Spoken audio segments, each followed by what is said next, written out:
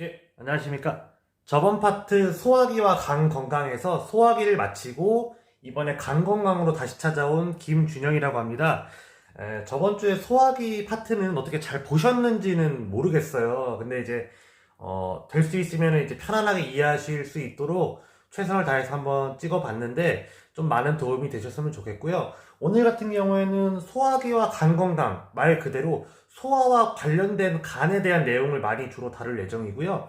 물론 모두가 다 알고 계시겠지만 간은 우리 몸의 화학 공장이라 그래가지고 너무나 많은 일을 하고 있죠. 근데 그 중에서도 오늘은 이제 간 검사를 살짝 보는 지표를 조금 설명해 드리는 시간을 가지고 소화기와 관련된 탄수화물, 단백질, 지방 가장 최우선순위여서 그 부분에 대해서 조금 이야기를 드리고 그 외에는 몇 가지 더 일들이 있다. 대표적으로 하는 일들이 그런 게 조금 있다라는 걸 설명드리면서 오늘의 간 건강을 간단하게 설명을 드릴까 합니다. 이제 수용성들은 보통 이제 혈관으로 바로 타고 간다 그러죠. 요게 이제 소장이면 요게 이제 간이겠죠. 여기에 이제 이렇게 담즙이 이렇게 있고 그러면 수용성들 같은 경우에는 혈관을 타고 바로 이렇게 갑니다. 이 혈관을 간 문맥이라고 해요. 그래서 그때 당시에 이제 암주관을 타고서 지용성들이 심장을 거쳐서 한 바퀴 돌고 간에 간다 그랬죠. 너무 이제 물량들도 많고 소화도 어렵다 보니까 간이 또 적당히 또 일의 우선순위를 분배를 해서 또 일을 거쳐야 되잖아요. 그러다 보니까 하나의 암주관은 이렇게 심장을 타고 가서 결과적으로 전신에 한 바퀴 돈 다음에 간을 간다 라는 얘기가 되겠고요. 그 다음에 이제 수용성들은 간에 바로 가서 이제 간에서 우리 몸에서 꼭 필요한 물질들로 변환을 거친 다음에 이제 심장으로 이렇게 가서 요것도 문맥입니다. 이렇게 가서 이제 심장에서 전신에다가 이제 세포 전달을 해주는 과정을 거치는 게 가장 기본적인 과정이라고 볼 수 있겠고요. 어떻게 보면 우리가 먹는 모든 물질들이 소화기관을 거치다 보니까 대부분의 수용성들, 뭐 물을 비롯해서 여러 가지 수용성들은 다 간문맥을 통해서 간에 먼저 가버리기 때문에 요즘 현대인분들 중에서 간이 많이 베리신 분들은 복수가 많이 차요. 그 이유가 간도 사실은 거의 그냥 혈관들의 집합체라고 보시면 돼요. 그러다 보니까 요 부분들이 좀 에러가 생기거나 혈류, 그러니까 물의 이동, 뭐 영양소의 이동들이 전혀 이루어지지가 않는다라는 거죠.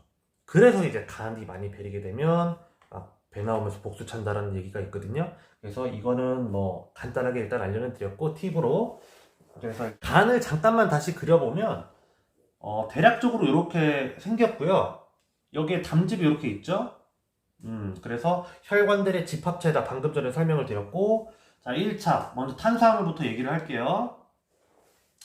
저번에 제가 설명을 드렸었지만 탄수화물 같은 경우에는 결과적으로 십이지장에 와서 포도당의 형태로 그러니까 단당의 형태로다가 만들어지게 돼요. 그래서 포도당이 만들어져서 간한테 가면 사실 우리 몸에서는 포도당을 그대로 써요. 그래서 간에서 특별하게 뭐 변환을 시키거나 그러지는 않는데 이제 단지 이 포도당의 양이 많고 적음에 따라서 이 친구들을 저장을 하거나 아니면 저장된 것을 부셔야 될 필요가 있잖아요. 그 역할을 이자에서 또 함께 이렇게 해줍니다. 이자에서. 그래서 이자, 그러니까 췌장이라 그러거든요. 그래서 이 췌장에서는 탄수화물, 단백질, 지방의 소화 분해뿐만이 아니고 이 친구들이 여기서 인슐린과 글루카곤이라는 애가 나와요. 이라는 애들이 나와서 얘는 이 포도당을 얘가 만나면 글리코겐이 돼요. 네, 형태로 저장을 해서 간과 근육에다가 얘를 저장을 해요. 그래서 원래 간에는 지방들이 쌓이면 전혀 안 되거든요. 그리고 이 친구들이 간과 근육에 많이 저장이 된다는 얘기는 근육량이 많으면 많을수록 체력이 좋다, 지구력이 좋다라는 얘기가 물론 기초 대사량도 너무나도 중요하지만 그쵸? 중요한 부분인데 그것뿐만이 아니고 이런 부분에 있어서도 굉장히 저장량 자체가 일반적인 사람들과 차원이 다른 수준으로 저장량이 늘어나는 거기 때문에 굉장히 또 좋다라는 거, 그쵸? 일단 그 부분도 이해를 해주시면 좋을 것 같고요. 그 다음에 이제 만약에 내 몸이 조금 굶었어, 그러니까 굶는다던가 아니면은 내가 먹은 에너지들이 좀 부실하다. 그러면 이제 반대로 글루카곤이라는 애가 나와서 글리코겐이 다시 포도당으로 분해가 돼서 내 몸에서 쓰이는 메커니즘을 만들어주는 게 이제 이자와 간의 합작이거든요. 근데 요즘 현대인들 같은 경우에는 사실은 글루카곤이 나올 일이 사실 많이는 없어요. 왜냐면은 다들 이제 아시겠지만, 너무나도 먹거리가 풍부해진 시대이기도 하고, 우리나라 같은 경우에는 주식이 탄수화물이다 보니까 탄수화물 섭취량이 다른 영양소는 많이 부족할 수 있는데 탄수화물은 진짜 어지간하면 엄청 많이 먹어요. 그러다 보니까 거진 얘가 많이 나오진 않고 얘가 굉장히 많이 나오게 되죠. 근데 문제가 되는 부분은 얘 너무 많이 자주 나오다 보니까 당뇨의 위험성이 조금 많이 생긴다라는 거고요. 그쵸? 예. 포도당이 너무 과량으로 들어오게 되면 글리코겐의 저장량의 한계 이상 부분은 지방으로 또 저장을 하게 돼요. 당뇨랑 또 별개로다가. 그래서 지방간이 생긴다던가. 그쵸? 그게 사실은 굉장히 안 좋은 부분인데, 우리나라에서는 조금 주의를 할 필요가 있는 부분이라고 저는 간단하게 지금 또 설명을 드렸고, 탄수화물 같은 경우에는 이 부분 정도로다가 마무리를 지으시면 되게 좋을 것 같고, 일단 탄수화물 같은 경우에는 그래서 이런 형태로다가 쓰인다 정도로 이해를 그냥 해주시면 될 것 같아요. 너무 어렵지 않게 이해해 주시면 될 것 같고, 자, 두 번째로는 단백질이겠죠? 이 단백질 같은 경우에는 아미노산이라는 최종 대사 물질로서 우리 몸에서 흡수가 되게 돼요. 그래서 이제 간으로 오게 되는데, 이 아미노산 같은 경우에도 사실은 종류가 20가지나 있다는 거는 알고는 계셨나요? 그냥 9가지의 필수 아미노산이 있고 11가지의 비필수가 있다 정도로다가만 이해를 해주시면 되게 좋을 것 같아요. 단백질 같은 경우에는 내 몸에 아미노산을 통해서 들어오게 되면 이제 대표적으로 합성되는 물질이 알부민. 많이들 알고 계시죠? 이제 부종 때문에 막 병원 가서 검사 받으면 뭐 알부민 수치가 어떻네요 막 그러잖아요. 그것도 사실은 이제 단백질로 만들어지는 삼투압을 조절하는 친구라고 생각을 하시면 될 것 같아요. 그래서 알부민 같은 것들도 만들어지고, 그 다음에 혈액내를 떠돌아다니면서 강력한 면역 물질로서 또 쓰이는 글로불린이라는 애가 만들어지게 돼요. 글로불린. 그리고 DNA와 RNA 같은 것들도 사실은 다 단백질이 만들게 되죠. 당연한 거겠죠? 예, DNA도 얘가 만들고 RNA도 얘가 만들고. 그리고 제가 이제 늘상 말씀을 드리는 부분인데, 우리 몸의 모든 부분은 단백질을 통해서 만들어지는 거기 때문에 결과적으로는 이 아미노산이라는 것 자체가 우리 몸을 구성하는 모든 부분에 사실 다 만들어진다, 거의. 그래서 그렇게 일단 이해를 해주시면 될 것 같고요. 간에서 요런 거를 또 만드는구나, 저런 거를 또 만드는구나, 요런 부분으로다가 요것도 있습니다. 효소도 단백질로 만든다라는 거. 그래서 그것도 조금 알아주시면 좋을 것 같고요. 자, 세 번째로는 이제 지방이에요.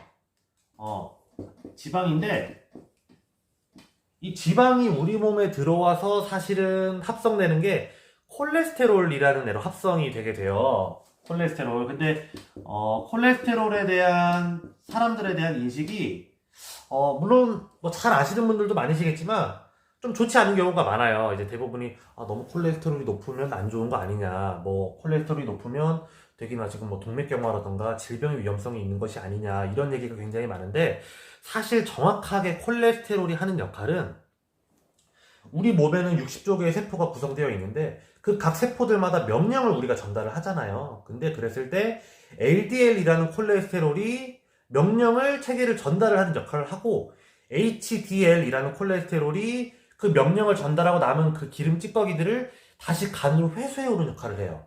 그렇죠? 그러니까 명령 체계 전달을 하는 역할이 있고, 두 번째로는 비타민 D가 활성화되기 위한 전구체로서 얘가 역할을 쓰여요. 이해되시나요? 그래서 그 부분도 쓰이고, 그 다음에는 호르몬들이 작용하기 위한 전구체로서 역할도 쓰여요. 그러니까는 어떻게 보면 첫 번째 이야기한 그 부분하고도 맥락이 비슷한 부분인데, 그쵸? 명령 체계를 전달하기 위한 전 단계들로다가 이렇게 택배를 많이 배송을 한다, 이런 개념으로 조금 생각을 해주시면 될 것 같아서 사실 너무 중요한 애들이고, 그 다음에 이제 세포막을 보호하는 것도 이 지질이 많이 쓰입니다. 비타민 E 같은 경우에 사람들이 많이 알고 계세요. 그걸로 뭐 세포막 보호하는 거 아니야? 이렇게 얘기하시는데, 비타민 E도 기름입니다. 예, 근데 콜레스테롤 기름인데 굉장히 고밀도 기름인 거죠. 비타민 E 같은 경우에는. 그렇죠? 예. 그래서 세포막 보호 같은 것들도 쓰이고, 그리고 인지질. 인지질이라는 얘기도 많이 들어보셨을 거예요. 이 인지질 같은 경우에도 지방이 사실은 합성하는 물질 중에 하나가 인지질이에요. 그러니까는 지방이 사실 너무나도 많은 역할을 하고 있는데 단지 우리가 안 좋은 지방에 대해서만 그런 반응들을 생각을 하고 인지를 하고 계시기 때문에 조금 오해가 있지 않을까 싶은 생각이 들고요. 그리고 또 한 가지 사람들이 많이 오해를 하시는 부분이 있는데 여기서 제가 이제 지방이 소화가 돼서 콜레스테롤을 만들고 세포막을 만들고 인지질을 만들어낸다 간에서 그런 얘기를 드리긴 했었는데 그 중에 콜레스테롤 같은 경우에는 사실은 우리가 섭취한 걸로는 채 20%, 많이 드시면 한 30% 정도만 사실은 흡수가 되는 거고 나머지는 간에서 만들어요 따로. 명령체계를 전달을 해야 되니까. 그래서 콜레스테롤 같은 경우에는 꼭 필요하다. 사실 요거 담즙도 콜레스테롤입니다. 그래서 담즙이 기름을 유화시켜 줬다가 다시 재흡수돼요 소장에서. 그래서 그런 부분들도 조금 이해를 해주시면 되게 좋을 것 같고요. 그 외에도 간이 하는 역할이 여러 가지가 있는데 그 다음 우선순위 같은 경우에는 몇 가지만 간단하게 얘기를 드리면 독소를 해독한다라는 거. 뭐 대표적인 예로 술이죠. 술 외에도 사실은 우리가 항생제라던가 약을 먹게 되면은 그 약에도 분명히 우리 몸에는 불편한 독소가 있기는 있어요. 그래서 그런 부분들도 해독하는 역할도 있고 간 같은 경우에는 이제 면역에 대한 물질로서도 쿠퍼세포라 그래서 연결돼서 조금 그런 부분으로도 많이 쓰이는 경우가 있고요. 간단하게는 요 정도 소화기와 관련된 간 건강 위주이다 보니까 그렇게 조금 이해를 해주시면 저는 일단 좋을 것 같고요. 그 다음에 제가 아까 전에 설명을 드리기로 했던 이제 간 수치 검사를 조금 원리를 알려드리는 시간을 가지는 거를 잠깐 할게요. 그래서 뭐 빌리루빈 검사, 총 단백 검사, ALT, AST, GOT, GPT 사실 여러 가지 검사들이 굉장히 많습니다. 근데 굉장히 많은데 우리가 흔히 많이 알고 있는 뭐 ALT, AST 이런 것들에 대해서 조금 얘기를 드리고 싶어요. 뭐 GOT, GPT가 더 많지 않냐라고 얘기를 하시는 분들도 있는데 그 GOT, GPT가 AST, ALT랑 똑같아요. 근데 이제 우리나라에서 쓰는 표준이냐, 전 세계적으로 쓰는 표준이냐 이 차이 때문에 조금 구분이 되는 거지 AST, ALT로만 알아두셔도 굉장히 좋을 것 같아요. 그래서 이 친구들은 제가 이렇게 적긴 적었는데 막 엄청나게 어렵거나 그런 건 아니고요. 저희가 간은 침묵의 장기라고도 하잖아요. 그래서 손상을 60%, 70%를 받아도 사실 내가 되게 아프다라고 얘기를 하진 않아요. 오히려 그러니까는 더 잘 챙겨줘야 되는 친구이기도 하는데 이 친구 자체를 검사를 한다는 개념은 아니고요. 이 친구가 매일같이 일을 너무나도 많이 하기 때문에 어쩔 수 없이 손상을 입어요. 안 입을 수는 없어요.